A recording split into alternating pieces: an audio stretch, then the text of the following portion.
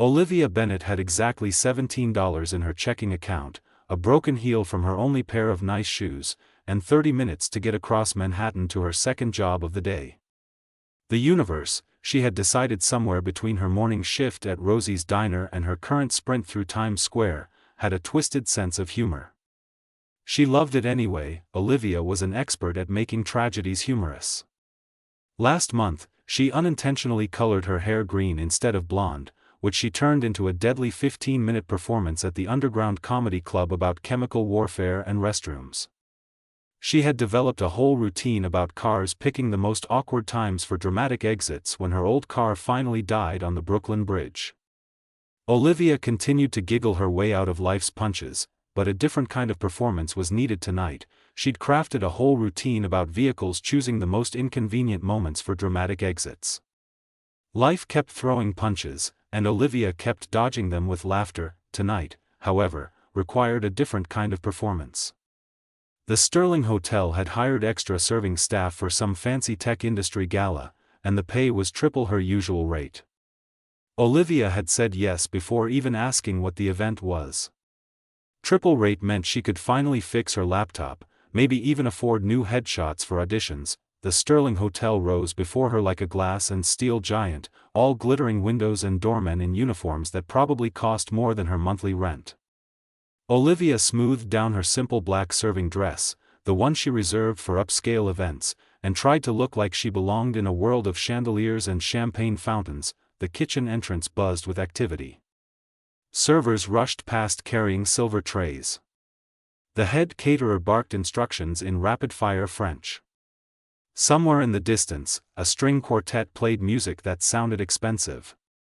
Olivia grabbed her assigned tray of champagne flutes and headed toward the ballroom. She was met with a scenario that looked like it belonged in a movie. Rainbow prisms are cast across marble floors by crystal chandeliers. Men in bespoke tuxedos were eclipsed by women wearing gowns that cost more than Olivia earned in a year. In this world of luxury and extravagance, everyone appeared flawless, polished, and totally at ease. Olivia felt like a bad disguised imposter. With a smile that she hoped appeared genuine rather than scared, she threaded her way through the crowd and offered champagne. The majority of visitors accepted glasses without even glancing at her, too absorbed in conversations about stock portfolios and vacation homes in the Hamptons. Olivia caught fragments of dialogue that sounded like a foreign language, mentions of market disruptions and venture capital that might as well have been ancient Greek. That's when she saw him. He stood near the orchestra, somehow apart from the crowd despite being surrounded by people, tall, probably early 30s, with dark hair that looked deliberately casual and eyes that seemed to notice everything. His tuxedo fit him like it had been born on his body, and he held a champagne glass like he'd forgotten it was there. While everyone else was performing their wealth and status, he looked almost bored, his attention drifting toward the windows overlooking the city. Olivia found herself staring longer than she should have. There was something about the way he stood, a kind of loneliness that felt familiar despite the obvious differences in their lives. Before she could analyze the strange pull she felt, someone bumped her from behind. Everything happened in slow motion and far too fast all at once.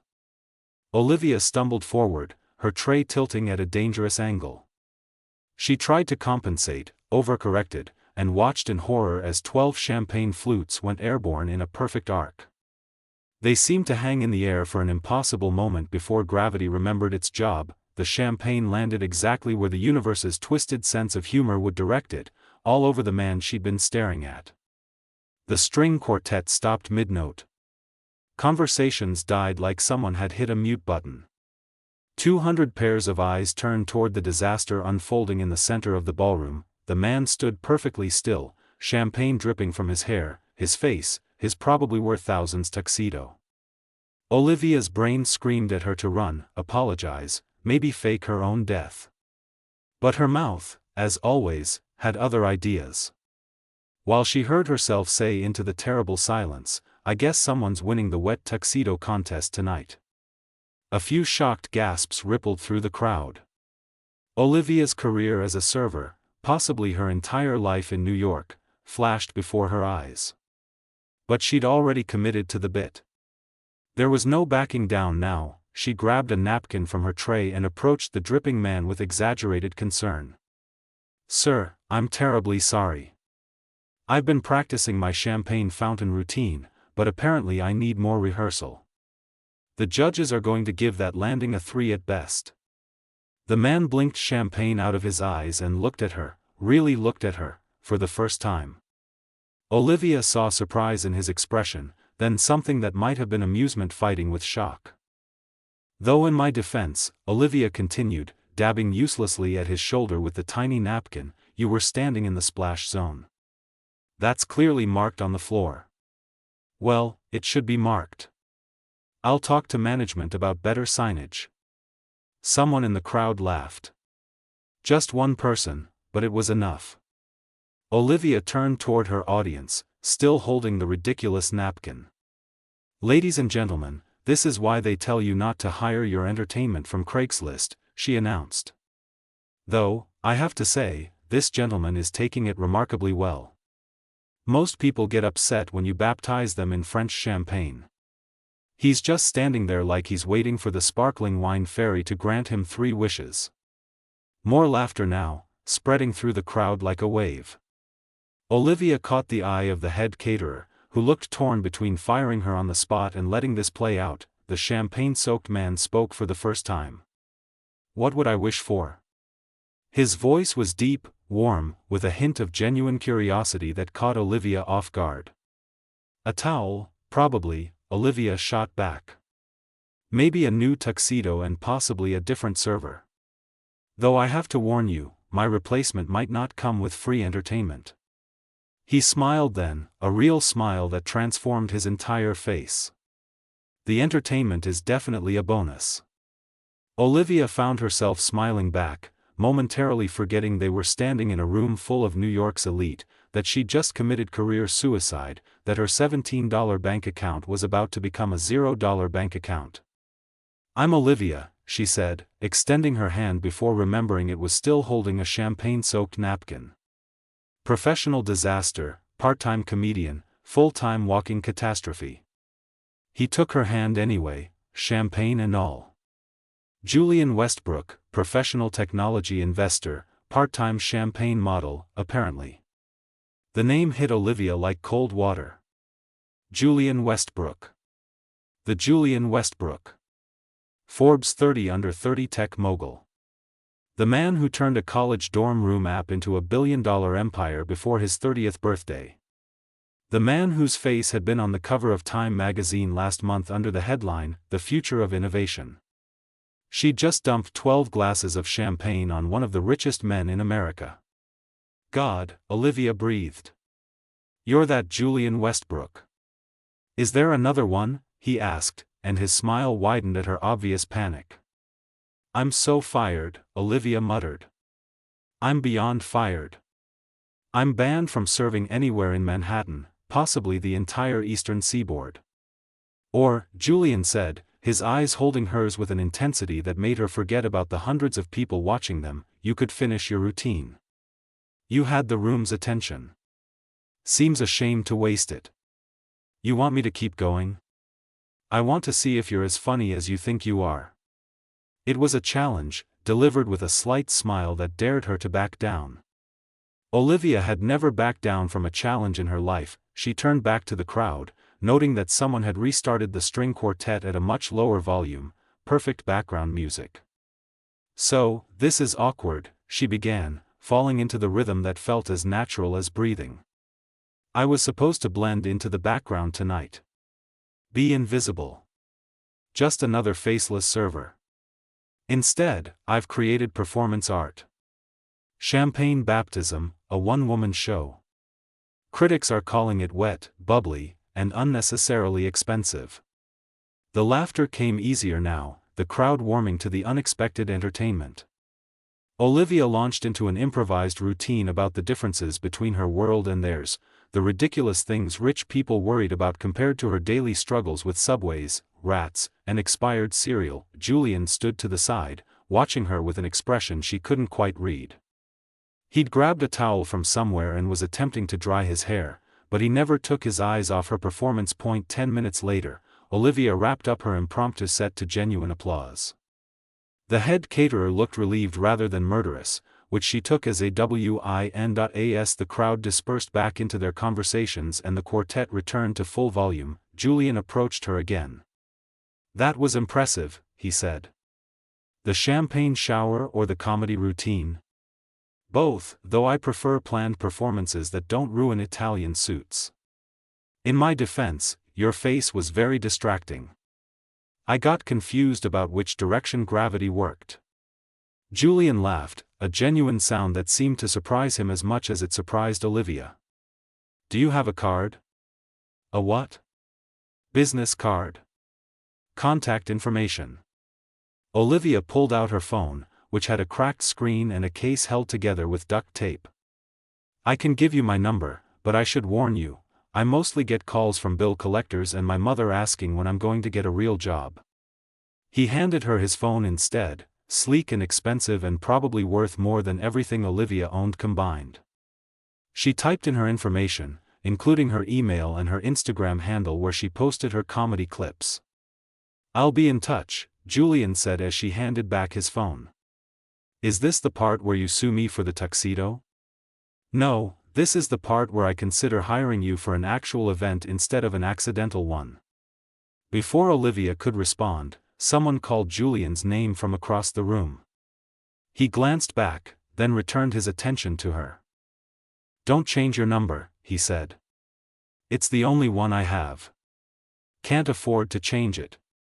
He smiled at that, another one of those genuine expressions that seemed rare for him, and walked away to rejoin his world of wealth and power. Olivia stood alone in the middle of the Sterling Hotel ballroom, her serving tray empty, her heart racing, and the strangest feeling that her life had just shifted in a direction she couldn't predict. Her phone buzzed. A text from an unknown number: "You forgot your napkin.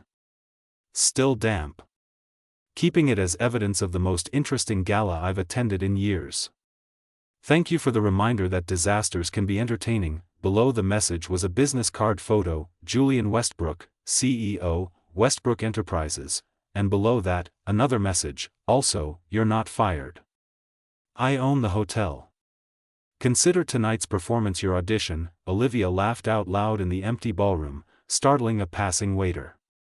Her $17 bank account, her broken heel, her chaotic life suddenly felt full of unexpected possibility. The universe's twisted sense of humor was definitely working overtime tonight. And for the first time in months, Olivia couldn't wait to see what punchline came next. The email arrived 3 days later, just as Olivia was beginning to convince herself that the champagne incident had been a champagne-fueled hallucination. Subject: proposal from Westbrook Enterprises. Sender: Julian Westbrook. Olivia stared at her laptop screen, her finger hovering over the mouse. Around her, Rosie's diner buzzed with the lunch rush. She was supposed to be refilling coffee and taking orders, but her entire world had narrowed to those 2 lines of text. She clicked: "Dear Miss Bennett, I have a business proposition that requires your unique talents. Please meet me at Westbrook Enterprises tomorrow at 2 p.m. The address is below. Come prepared to discuss terms. Also, bring your best material.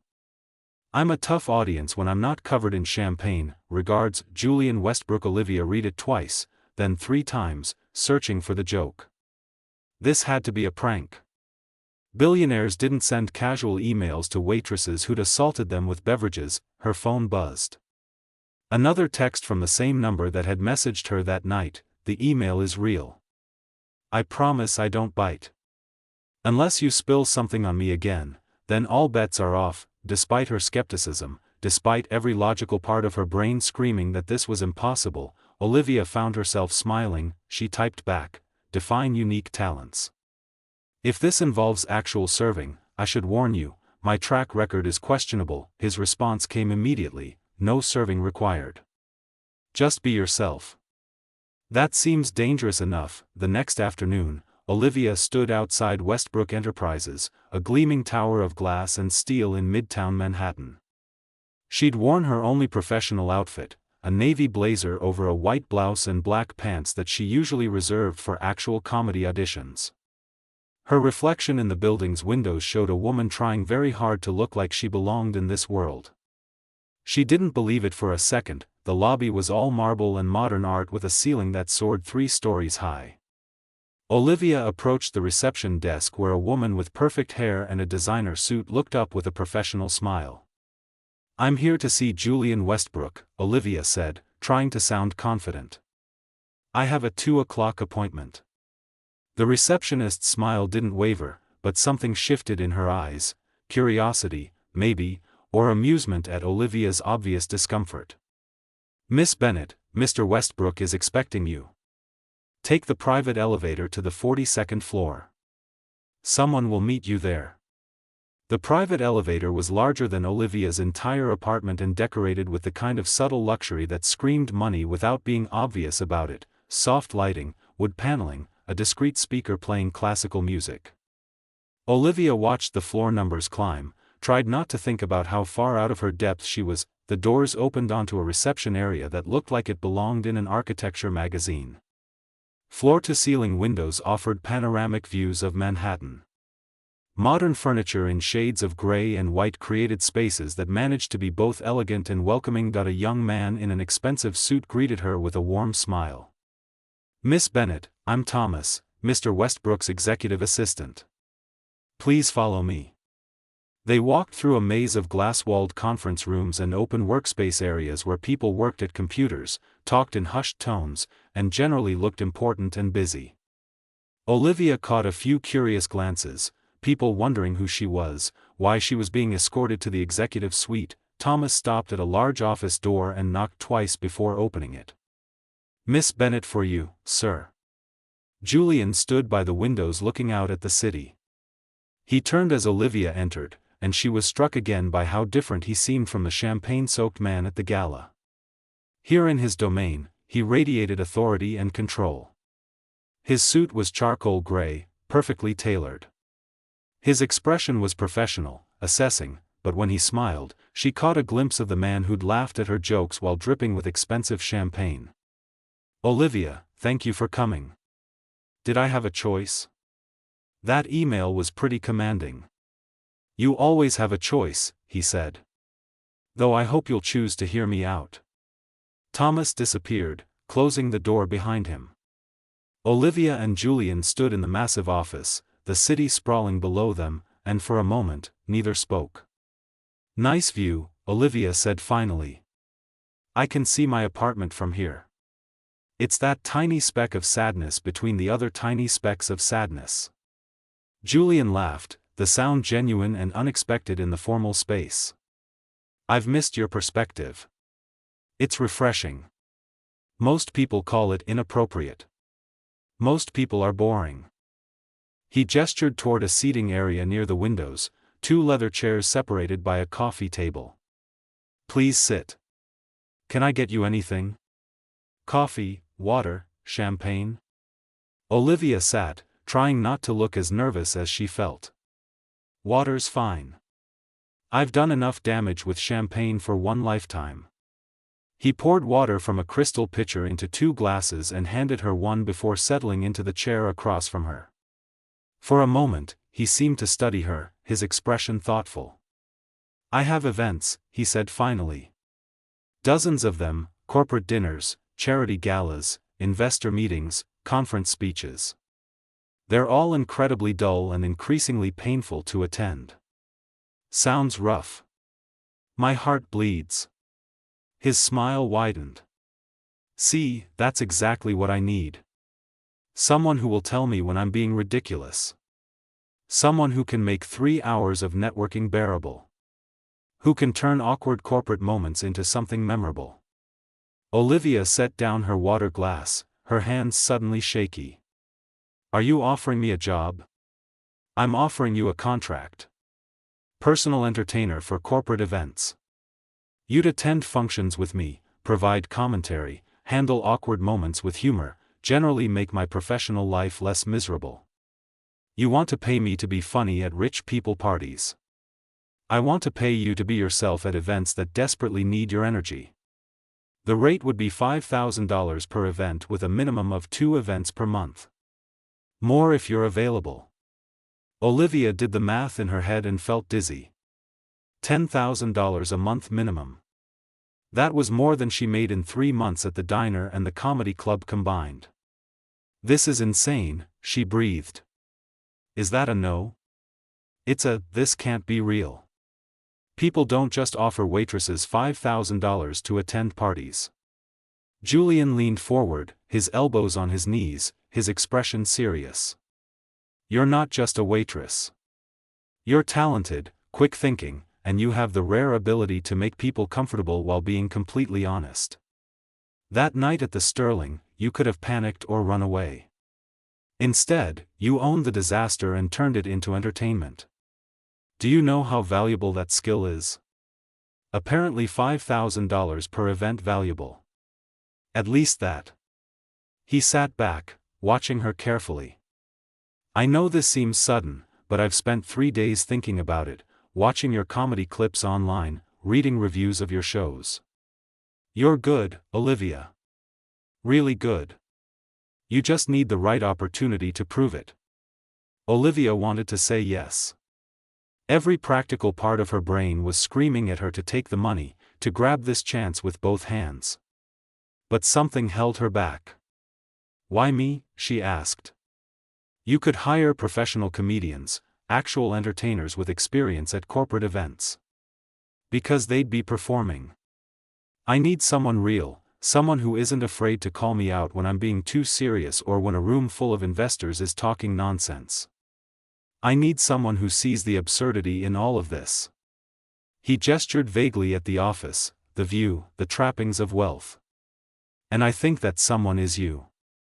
The sincerity in his voice surprised her. This wasn't just a business proposition.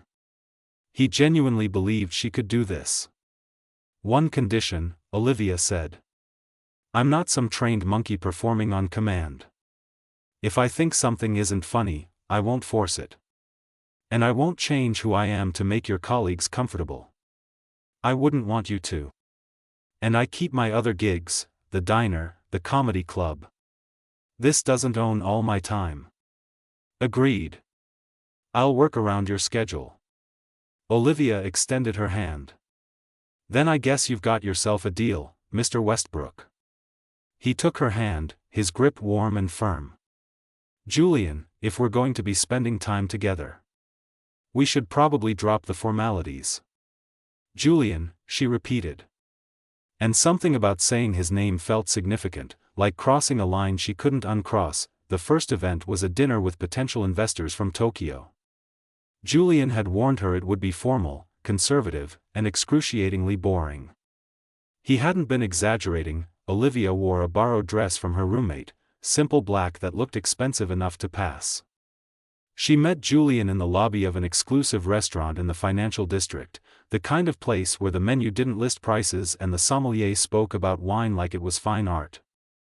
Ready? Julian asked, offering his arm. I'll never be. Fair warning, my Japanese is limited to what I learned from anime, and I don't think business investors want to hear about my favorite manga. He smiled, that genuine expression that transformed his professional demeanor. Just be yourself. They'll love you. They didn't love her. Not at first. The investors were polite but distant, clearly unsure what to make of the young woman sitting beside Julian Westbrook.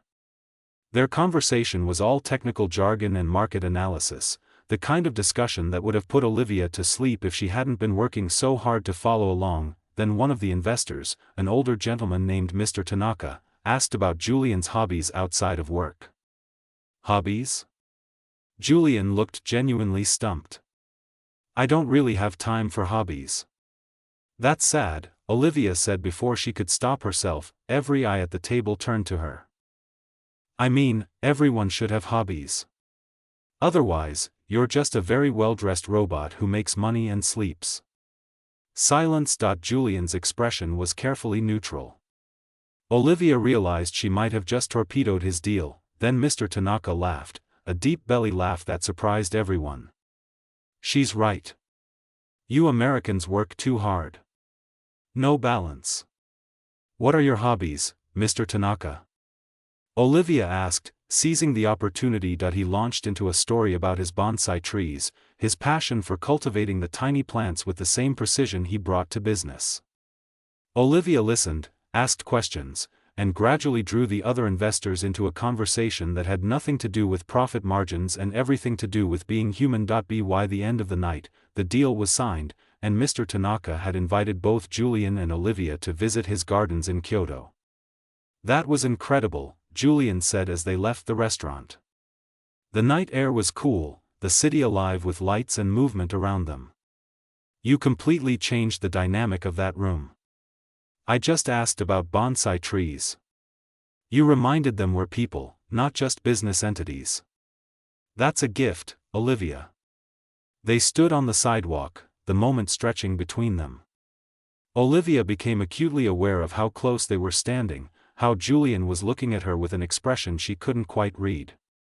"I should get home," she said, breaking the spell. "Early shift at the diner tomorrow. Let me get you a car." "The subway is fine, Olivia." He said her name softly. "Please let me do this." She relented, and within minutes a sleek black car appeared. Julian opened the door for her, and as she slid into the leather seat, he leaned down. "Thank you for tonight. Truly. Thank you for the opportunity and the ridiculous paycheck." He smiled. "First of many, I hope." As the car pulled away, Olivia looked back to see Julian still standing on the sidewalk, watching her leave. Something had shifted tonight. Some invisible line crossed. This wasn't just a business arrangement anymore. She was in dangerous territory. She knew it. The events became routine over the following weeks, a charity gala where Olivia charmed an entire table of philanthropists with stories about growing up in Queens, a tech conference where she helped Julian navigate a room full of startup founders all vying for his attention, a private dinner with board members where her observations about corporate culture had everyone laughing instead of arguing. But it was the in-between moments that changed everything, the late-night conversations. After events, when Julian would walk her to her car and they'd stand talking for hours about everything except business, the coffee he started bringing to her morning shifts at the diner, claiming he was just passing by, the way he laughed at her jokes like they were the best thing he'd heard all day, Olivia was falling for him, and she suspected he was falling for her too. The problem was the rest of the world. She started noticing the looks from his colleagues, the whispered conversations that stopped when she entered a room, the articles in business magazines that mentioned Julian Westbrook's mysterious companion at various events, the comments on her social media from people who thought she was a gold digger, an opportunist, someone trying to sleep her way into wealth. "Ignore them," Julian said one night after a particularly brutal gossip column had called her a distraction from Westbrook's usual business acumen. They were in his office hours after everyone else had gone home. Olivia had stopped by to return a jacket she'd borrowed for an event, but somehow they'd ended up here, sitting by the windows with the city glittering below them. "It's easy for you to say. Nobody's questioning your worth. People question my worth all the time. Every business decision, every investment, every move I make is scrutinized and judged. That's different. They're judging your choices, not your entire existence." Julian was quiet for a moment, then moved to sit beside her on the couch. They were close enough that she could feel the warmth of his body, smell the subtle cologne he wore. "I don't care what they think," he said softly. "About us. About this. Whatever this is." "What is this, Julian?" He looked at her, and in his eyes she saw vulnerability she'd never seen before. "I don't know, but I know I think about you constantly. I know every event is better when you're there. I know I've never felt this way about anyone before." Olivia's heart hammered in her chest. "This is complicated. Everything worthwhile is complicated. I'm a waitress and a failed comedian who can barely pay rent. You're a billionaire who owns half of Manhattan. We're from different worlds. So we build a new world, one where none of that matters." He reached for her hand, and she let him take it.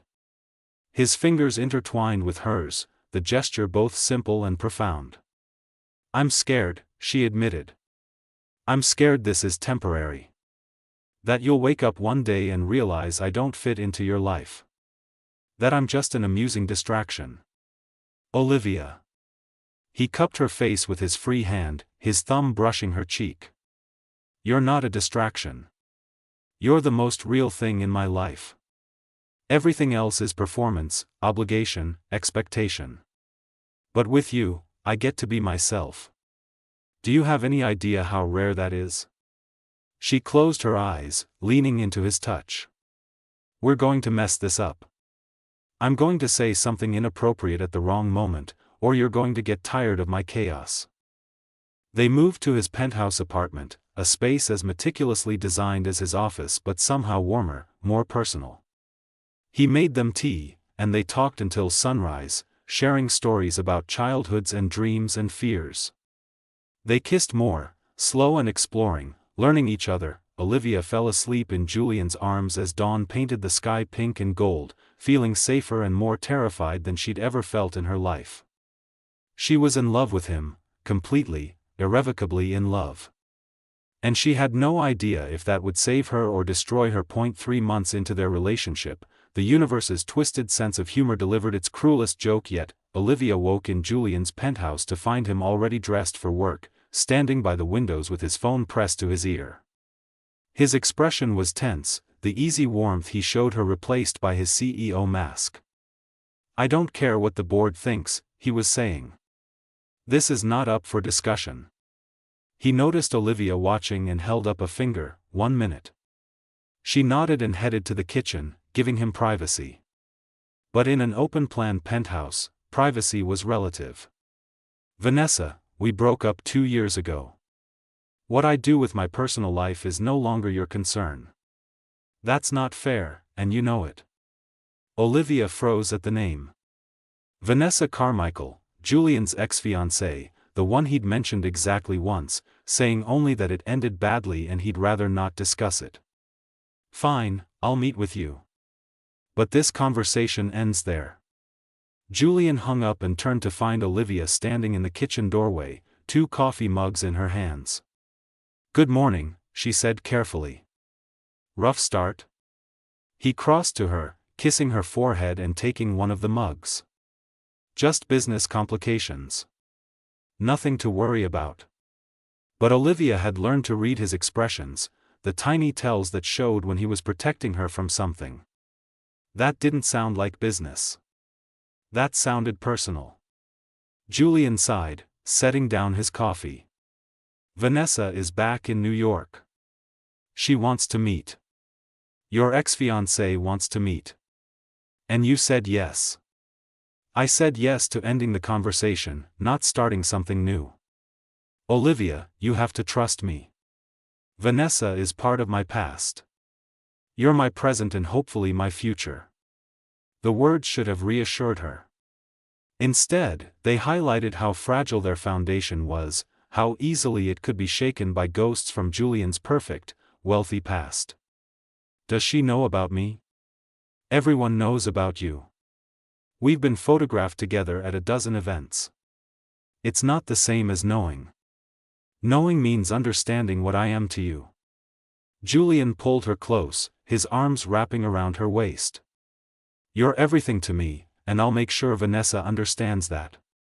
But understanding and accepting were 2 different things. As Olivia discovered when Vanessa Carmichael orchestrated her return to Julian's life with the precision of a military campaign. It started with the gossip columns, articles about Vanessa's return to Manhattan, her new position at a major investment firm, her history with Julian Westbrook. Then came the social media posts, carefully curated photos of Vanessa at events Julian would be attending, always looking flawless, always surrounded by the kind of people who made up his world. Then came the board meeting. Olivia learned about it from an article in a business magazine she'd picked up at the diner during her shift.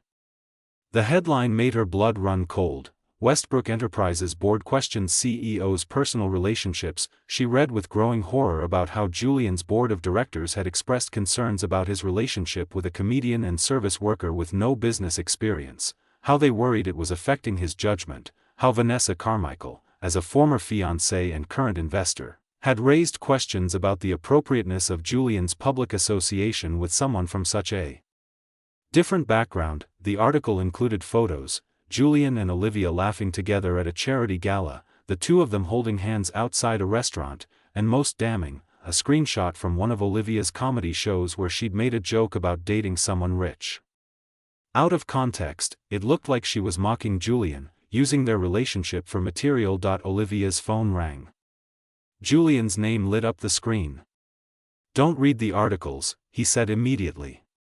"Please, Olivia. They're twisting everything." "Too late. I'm apparently a gold-digging comedian using you for material and publicity. It's not what you are. That's not what anyone who matters thinks. Your board seems to think it matters."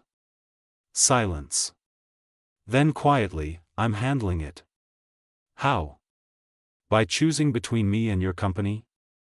Because that's what they're asking you to do, Julian. I'm not stupid. I would never choose the company over you. You shouldn't have to choose at all." Olivia's voice broke. "This is exactly what I was afraid of. I don't fit into your world. I make things complicated instead of simple. I don't want simple. I want you." But wanting wasn't enough. As the next 2 weeks proved, Vanessa showed up everywhere, at investor dinners Julian had to attend, at charity events where she positioned herself perfectly for photographs that made it look like she and Julian were still together. She was elegant, composed, and completely at home in the world. Olivia was still navigating like a tourist in a foreign country. The final blow came at a tech conference in Boston where Julian was the keynote speaker. Olivia had come to support him, sitting in the audience while he delivered a brilliant speech about innovation and taking risks. During the Q&A session, Vanessa stood up from the front row. "Mr. Westbrook, you talk about taking calculated risks in business, but what about personal risks? How do you balance professional reputation with personal desires that might damage the company's image?" The room went silent. Everyone understood what she was really asking. Julian's expression remained neutral, but Olivia saw the tension in his shoulders. "Personal and professional risks operate on different frameworks," he said carefully. "What matters in business is value creation and ethical operation. Personal life should be evaluated on happiness and authenticity. Even when personal choices affect shareholder confidence, especially then, a CEO who isn't authentic in their personal life can't be trusted to be authentic in business decisions." It was a perfect answer, professional and firm. But it didn't stop the whispers, the knowing looks directed at Olivia sitting in the audience. That night in their hotel room, Olivia made her decision. "I think we need to take a break," she said. Julian looked up from his laptop, confusion and hurt crossing his face. "What? Why?" "Because this is hurting you. Your board, your investors, your ex-fiancé, they're all circling because of me. Because I'm not what they expected for Julian Westbrook. I don't care what they expected. But I do." Olivia's voice was steady despite the tears threatening to fall. "I care that loving me is costing you professional respect. I care that Vanessa can question you in public and everyone nods like she has a point. I care that I'm becoming a liability instead of a partner." Julian crossed to her, taking her hands. "You're not a liability. You're the best thing that's ever happened to me. Then let me go, at least temporarily. Let things settle down. Focus on your company. Handle your board. Figure out what you really want without the pressure of defending me. I want you. You say that now, but what about in 6 months, a year, when the novelty wears off and you realize how much easier your life would be with someone like Vanessa, someone who understands your world? Vanessa understands business. You understand me. There's a difference." Olivia pulled her hands free, wrapping her arms around herself. "I need space, Julian. I need to figure out who I am outside of being your girlfriend. I need to know if my comedy can succeed on its own merit, not because people are curious about the girl dating Julian Westbrook. So this is it? We're just done. We're on pause. That's different. No, Olivia, it's not. Julian's voice was rough with emotion. Either you trust us to weather this or you don't. There's no pause button on love. Maybe there should be, she whispered. She left that night, taking a train back to Manhattan while Julian stayed for the rest of the conference. She didn't answer his calls, didn't respond to his texts. She moved out of his penthouse and back to her tiny apartment in Brooklyn, and she poured all her heartbreak into her comedy. 6 weeks later, Olivia stood backstage at the Comedy Cellar, the most prestigious comedy club in New York. She'd been offered a prime Saturday night slot, her first real headlining opportunity. The room was packed. Industry professionals mixed with regular audience members, all waiting to see if she was worth the hype. In her pocket, her phone buzzed constantly, messages from Julian that she still hadn't answered. The last one simply said, "I'm proud of you. Break a leg tonight. I love you." Olivia took a deep breath and stepped into the spotlight. The set she prepared was her most honest work ever.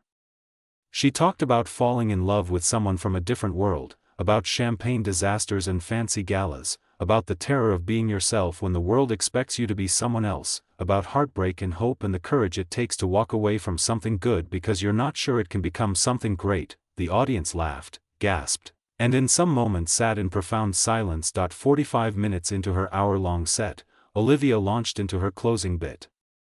"So, here's the thing about fairy tales," she said. "They always end with happily ever after, right? Prince and princess, credits roll. Everyone goes home satisfied. But they never show you the hard part. The part where the princess realizes she doesn't know how to be royal. Where the prince has a board of directors questioning his choice in women. Where true love has to survive gossip columns and ex-fiancés and the sneaking suspicion that maybe you're just not enough." She paused, scanning the audience, and that's when she saw him. Julian sat in the back corner, partially hidden in shadow. He was watching her with an expression of complete focus, as if she was the only person in the room. Their eyes met, and Olivia felt her carefully prepared script evaporate. "But here's what they also don't tell you," she continued, her voice softer now. "Love isn't about being enough. It's about being brave enough to believe you deserve it. Brave enough to fight for it, even when everyone's telling you to walk away. Brave enough to admit when you've made a mistake." She stepped to the edge of the stage, closer to where Julian sat. "I walked away from the best thing in my life because I was scared. Because I let other people's doubts become my own. Because I thought love was supposed to be easy. And when it got hard, I ran." Julian stood up, and the audience noticed, turning to see who had captured the comedian's attention. "And now I'm standing here," Olivia said, "in front of all these people, about to do the least funny thing a comedian can do. I'm about to be completely, embarrassingly honest.